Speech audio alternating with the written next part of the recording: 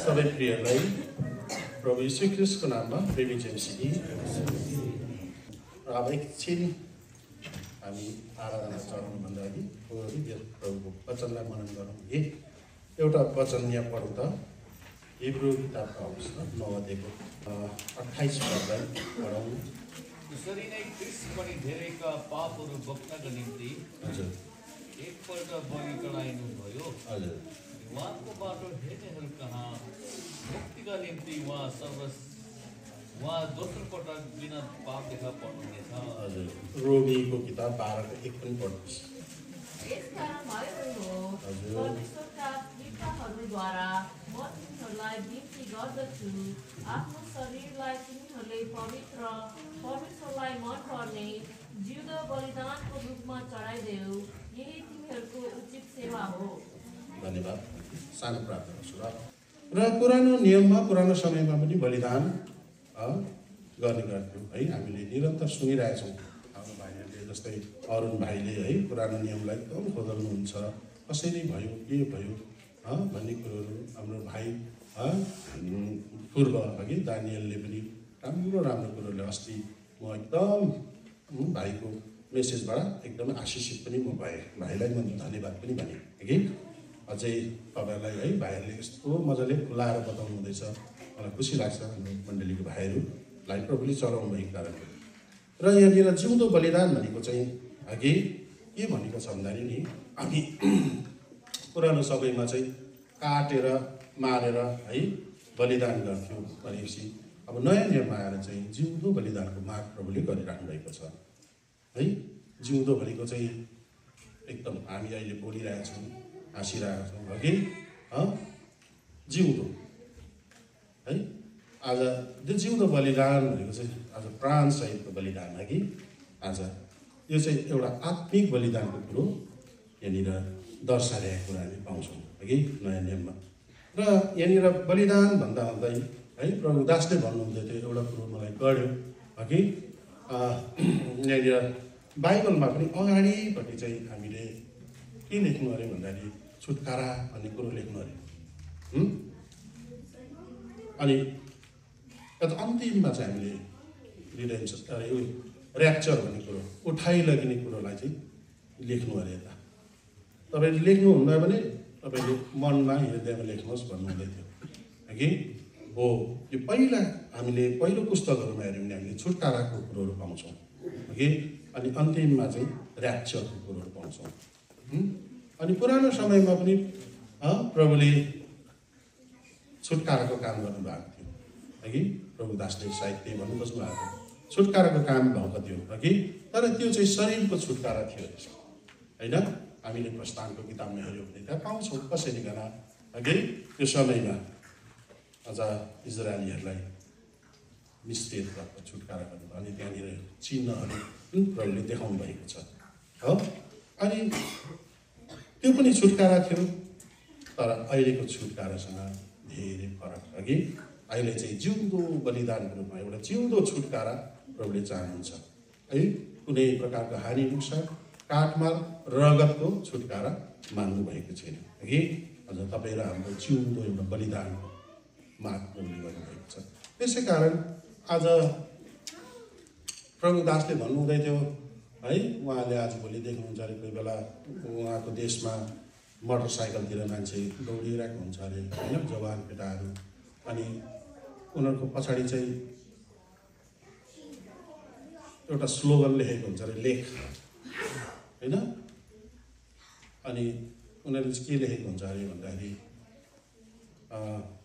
मेरो के पो भन्थ्यो भाइ, मेरो जीवन मेरो काम, माई लाइफ माई रुल। कस्तो लागेर त प्रभु दासले चाहिँ भने अरे है, भाइ तिमीले यहाँ के माई लाइफ माई रुल लेखेको छ, मेरो जीवन मेरो खुसी भनेको चाहिँ अब उनीहरूले कुनै नियम नमान्ने आफ्नै नियम है।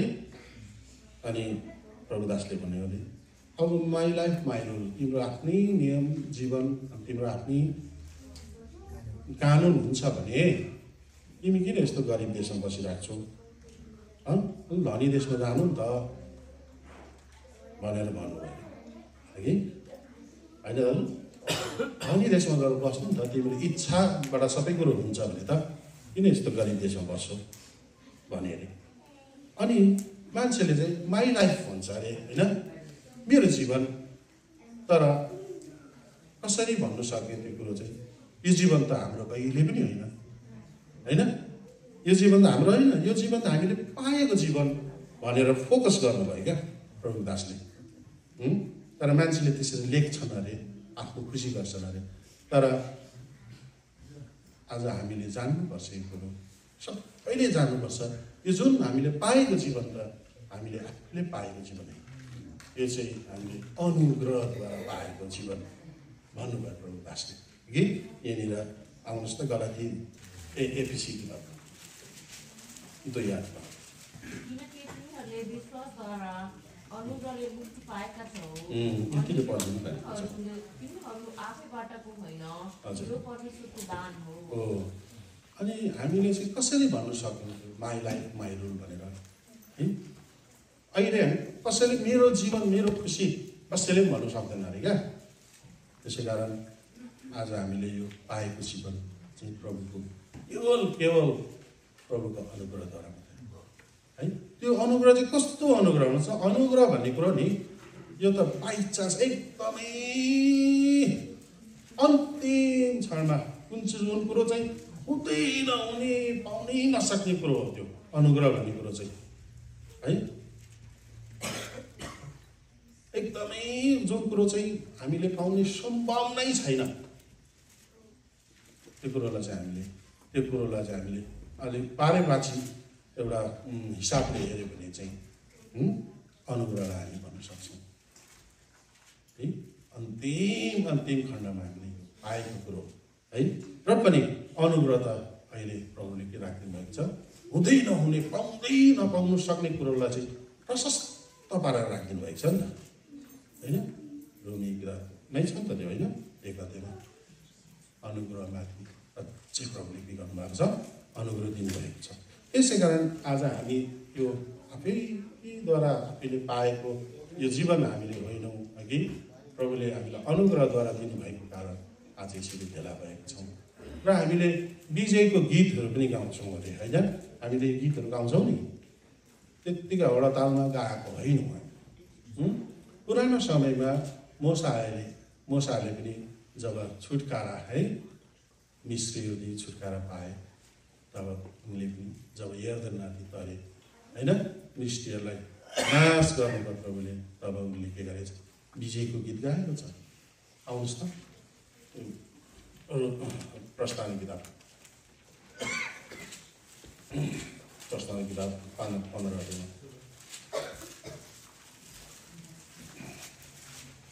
देखि पढ्नुहोस् त।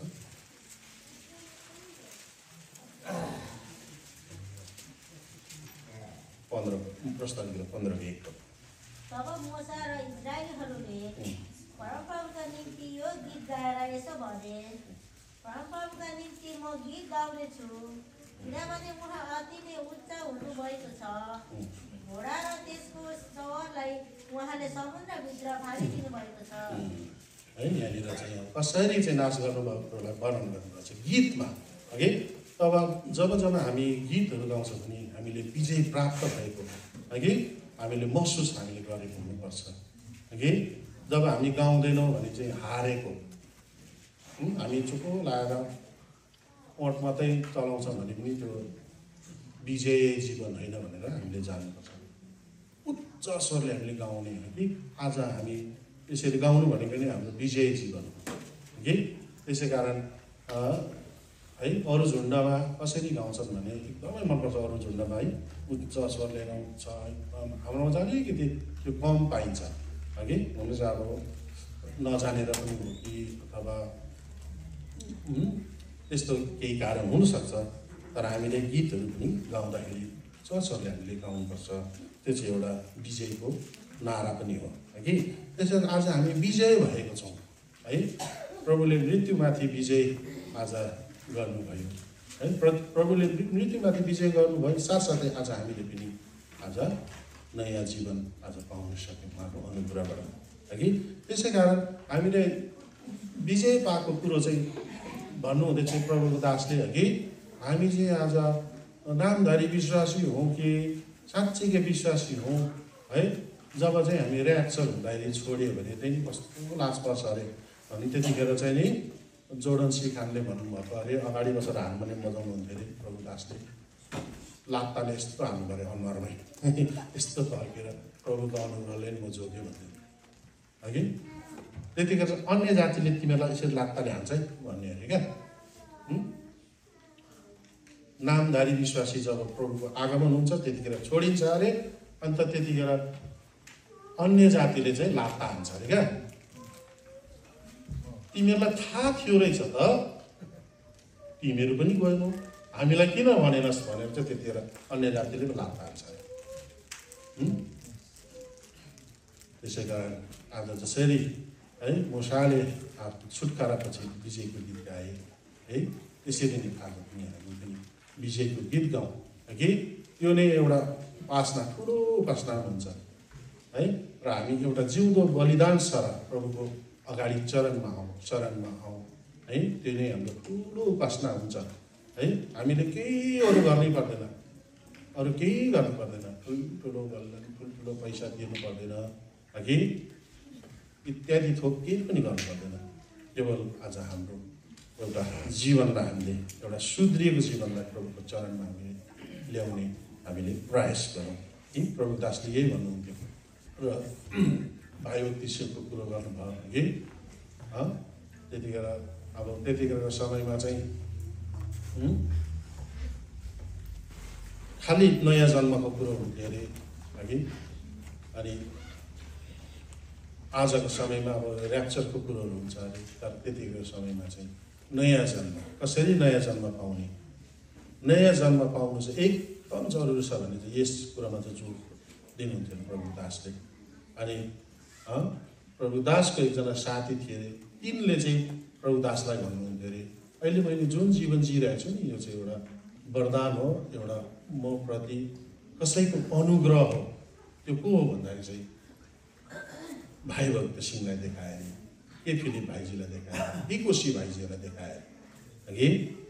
अनि भाइजीको जीवन चाहिँ त्यस्तो जीवन के अरे, दोस्रो सामेल 14:14 त्यहाँनिर प्रभु दासले भन्नुहुँदै थियो हाम्रो जीवन चाहिँ एउटा जमिनमा पोखिएको एउटा पानी सरा हो, एकताल पोखिएपछि त्यो चाहिँ फेरि उठाउन सकिन्न कि, उठाउन सकिन्न। तर प्रभुको दास अग्रज प्रभुको दासहरू चाहिँ त्यो पानी बन्नु भयो अरे है। त्यो पानी चाहिँ उनीहरू एउटालाई